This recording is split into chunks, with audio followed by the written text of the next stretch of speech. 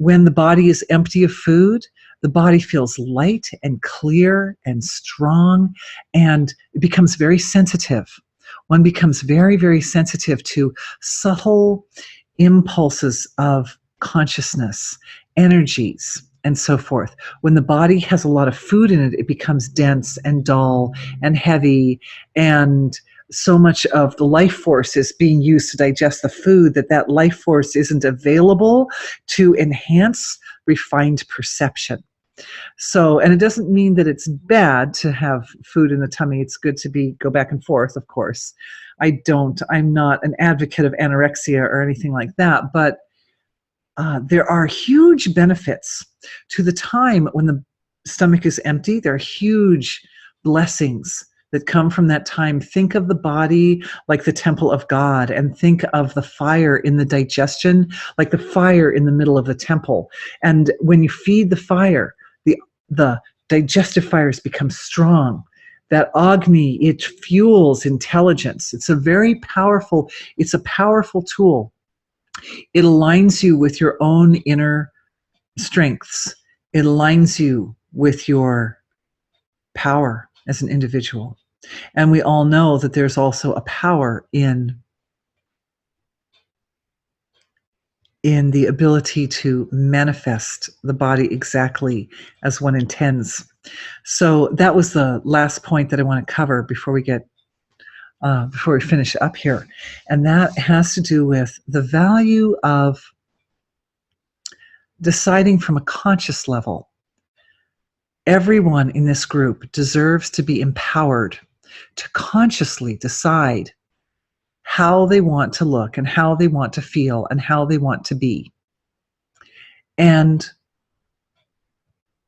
the body is your trusted servant who only wants to help you fulfill your desires.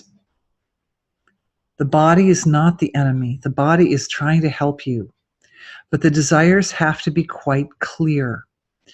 And it's one thing on a superficial level to say, well, I want to be thin. I want to be, so why isn't my body going with it? But the thing is that if the thinking up at a more dense level, the physiology is, I want to be thin, but down at some deeper level is, I'm afraid of being really sexually attractive because I don't want to attract too much of that kind of attraction from people in my environment, attention from people in my environment, or I don't want to make other women jealous of me, or I don't want to, any kind of little blockages, emotional blockages in there. Then there's a part of you that's saying, I don't want to be thin.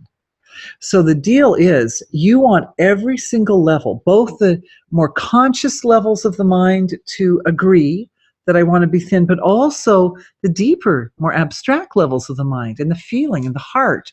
We want the heart to feel that way too, like you think, well, I want to be thin and I deserve to be thin. But somewhere in the heart, there's a feeling, well, I don't deserve what I want because I don't like myself, or I'm not deserving, or I'm not worthy, or I'm a bad person, or whatever.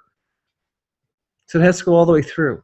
So in order to allow the desire to go from the very deepest level of the being to the most manifest, dense level of the being,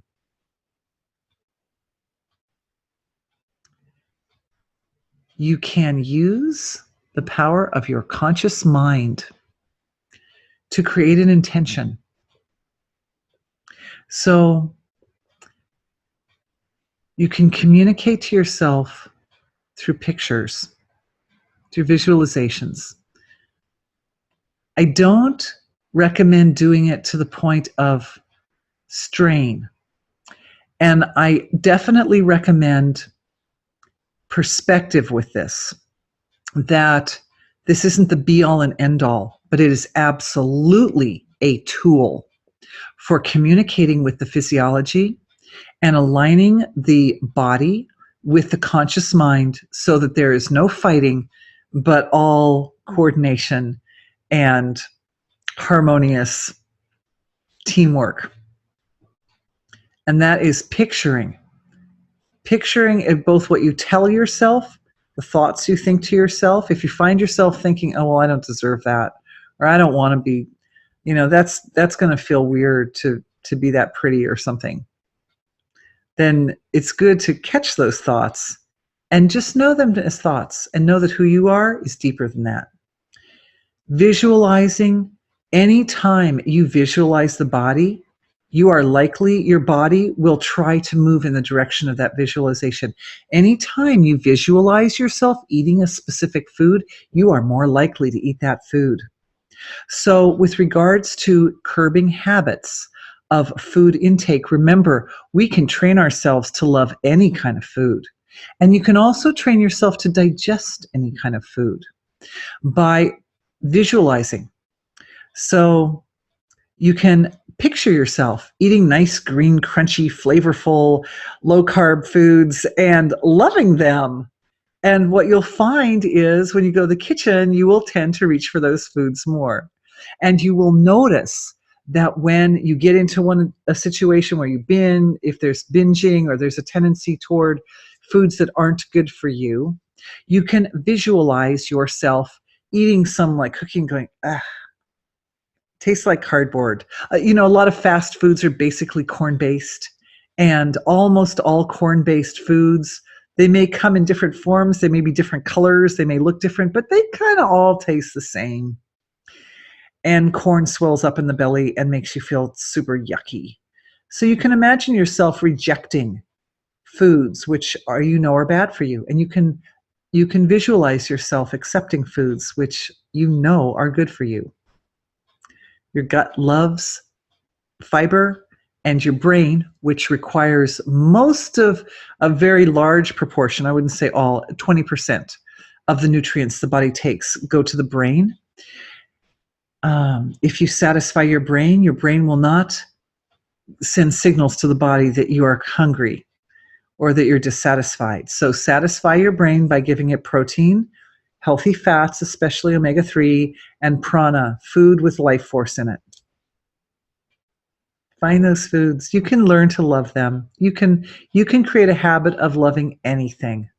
Literally, people have learned to love smoking or all kinds of things. I'm not trying to be a judge of those if there's anybody who smokes. I'm just saying that there are all kinds of poisonous substances that people put in their body that they've learned to love. They've trained themselves to love, and you can untrain it.